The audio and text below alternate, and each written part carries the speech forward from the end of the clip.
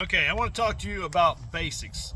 I had this talk with my daughter and I thought it was very important. I'd seen this somewhere and I thought, man, this is some good stuff. And if you practice this stuff, it is a big asset to being successful. So it's basics. You're practicing the basics basically. So basics is an acronym like all military stuff is. So B in basics means be on time. You need to be on time. There's nothing more disrespectful to someone than not to be on time for something they invite you to. Be on time. And 15 minutes early is on time. Being there at the time you're supposed to is late. The A, actually be there when you get there. What does that mean? That means when you get somewhere, be in the state of mind of being there. Put the damn phone down. Quit texting and talking and screwing around with your phone. Be there, interact with the people there, and do what you're supposed to do when you're there.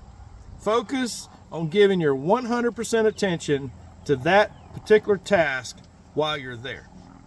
We had a commander one side said, when you're somewhere, be all there at that time, especially when you're flying the helicopter. All right, the S in basics is service. If you're going to do something, be in service of that. Meaning, if you're going to be part of a team, make it about the team, not yourself. If you're going to be part of a business, make it that that business succeeds, not that you just succeed. Be of service to other people. Be helpful, be useful, be capable, and be available. Always be available to help and to serve. I in basics is in the right uniform. I stands for in the right uniform. Know your operational environment and dress for it. A good example is if you're going to get a job and everybody, and you go in there dressed in friggin' flip-flops and shorts and it's a sales job, then you're probably not gonna get that job unless you're selling damn surfboards or something at the beach. If you are going to do a job somewhere and you know that it's going to be where you need certain clothing, then wear that clothing. Don't be some, dumbass rebel that says, man, I'm not wearing that. Wear what you're supposed to be in the right uniform. Another one is the C in basics is competence. Be competent.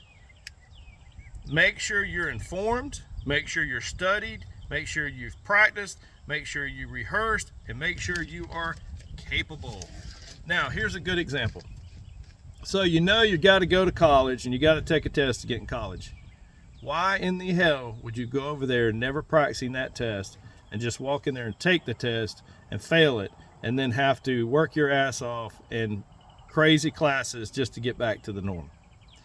Why not find out what the test is about, and why not go get practice tests and practice and practice and practice until you feel like you're competent in it, then take the test.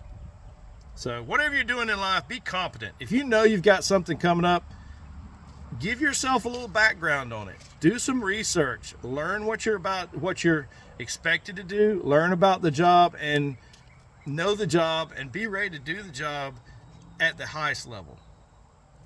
All right, the S in basics is security. Now, security always comes up. Security is rule number 1. This always needs to be established first in anything you do in life. If you don't have security in what you're doing in life, then everything can fail anyway. So, know your area, know your risk assessments, and always have a fight or flight plan. Now, what does this mean? What does this mean? It means that in everyday life, there are all kind of risks. Even in your car, there are security risks. A good example is, so you're jumping your car, you're running to town, you pull out, somebody T-bones you. The car starts fizzing, and you're trapped inside, but yet you look down and your leg is bleeding really bad. If you were ready for this and you were practiced and prepared, you'd have a tourniquet. Put the tourniquet on. If the car is fizzing and it looks like it's going to catch on fire, you'd have some type of a fire extinguisher in the car. Or maybe somebody in the other car is trapped in the car and you need a fire extinguisher to put their fire out. This is all part of the security plan. Always have a security plan. If you're going to go somewhere, good example, if you're going on vacation, do a little quick Google Earth and look up the hotel you're supposed to stay on and see where it really is located. If it's located right next to the ghetto, then you're probably going to need a better hotel, or you're going to need a better locking car, or going to have bulletproof windows or something, because your window's going to get smashed out and your stuff's going to get stolen out of your car. You know your area. Do a little background research on where you're going. Also, security can be weather. If you're going on a vacation, you're going on a trip, pull up the weather, see what it's going to be for that day. And if it looks like it's going to be scotched, then pull up the radar, see what the radar is. You might have a big tornado squall line coming across your location on the way there. You might be better off to wait a couple hours and go a little bit later. So that's the security part. Anyway, that's the master plan of basics. Know your basics, execute your basics well, and you'll always be successful. All right? Go out and make you and your family and your children better.